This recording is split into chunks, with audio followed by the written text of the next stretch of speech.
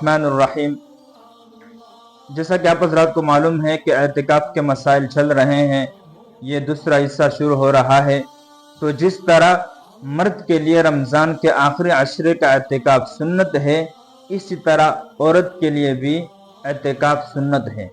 البتہ یہ کہ مرد وہ مسجد میں بیٹھے گا، اور عورت کو چونکہ مسجد میں آنے کی اجازت نہیں ہے، لہٰذا وہ اپنے گھر میں، چاہے وہ کوئی مخصوص کمرہ ہو یا مخصوص جگہ ہو، وہاں پر بیٹھ جائے اور اعتکاف وہاں پر 10 دن مکمل کر لے۔ دوسری بات آپ یہ جان لیں کہ خواتین جو گھر میں مخصوص جگہ ہو یا مخصوص کمرہ ہو، وہاں پر اعتکاف میں بیٹھتی ہے، تو ان کے دماغ میں یہی ہوتا ہے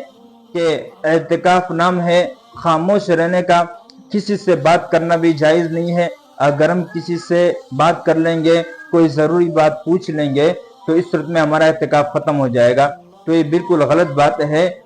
بلکہ اعتکاف میں اگر کوئی شخص، اس کی نیت یہی ہو اور وہ اس بات کو ثواب سمجھے کہ خاموش رہنا افضل ہے، تو اس صورت میں یہ عورت گناہ کی طرف چلے جائے گی۔ بلکہ عورت اگر کوئی ضروری بات ہو یا اسی طرح کوئی ضروری مسئلہ اس کو پیش آ گیا ہو، تو اس صورت میں وہ عورت گھر کے دوسرے افراد سے پوچھ سکتی ہے۔ اسی طرح قضاء حاجت کے لیے اور کوئی اور عذر ہو، تو اس صورت میں بھی یہ عورت وہاں جا سکتی ہے۔ تو یہ غلط جو فہمی ہے کہ اعتکاف کی حالت میں عورت بالکل بات نہیں کر سکتی، بالکل پورے گھر سے کٹ جائے، تو یہ اس طرح بالکل نہیں ہے، بلکہ کوئی ضروری بات ہو یا کوئی مسئلہ پیش آ جائے تو وہ دوسرے افراد سے پوچھ سکتی ہے۔ دوسرا مسئلہ یہ ہے کہ اعتکاف کے دوران اگر کسی عورت کو حیض آ جائے، یعنی مخصوص ایام اس کے شروع ہو جائے، تو اس صورت میں اس عورت کا وہ اعتکاف ختم ہو جائے گا، باقی جس دن اس کا اعتکاف ٹوٹا ہے تو اس دن اس کی قضا کرنا ضروری ہے، چاہے وہ عید کے بعد اس کی قضا کر لے نفل روزے کے ساتھ، تو اس ایک دن کی قضا کرنا ضروری ہے۔ اس صورت میں اس کا اعتکاف ختم ہو جائے گا، اور باقی جو اس کے ایام اگر وہ بیٹھنا چاہ رہی ہے تو وہ اس کا اعتکاف نفل شمار ہوگا، سنت جو اعتکاف ہے وہ ختم ہو جائے گا۔ تیسرا مسئلہ یہ ہے کہ اگر کوئی عورت اعتکاف میں بیٹھنا چاہ رہی ہے تو اپنے شوہر سے اس کا پوچھنا ضروری ہے کہ شوہر سے اجازت لے لے کہ میں اعتکاف میں بیٹھنا چاہ رہی ہوں، کیا آپ کی اجازت ہے یا نہیں۔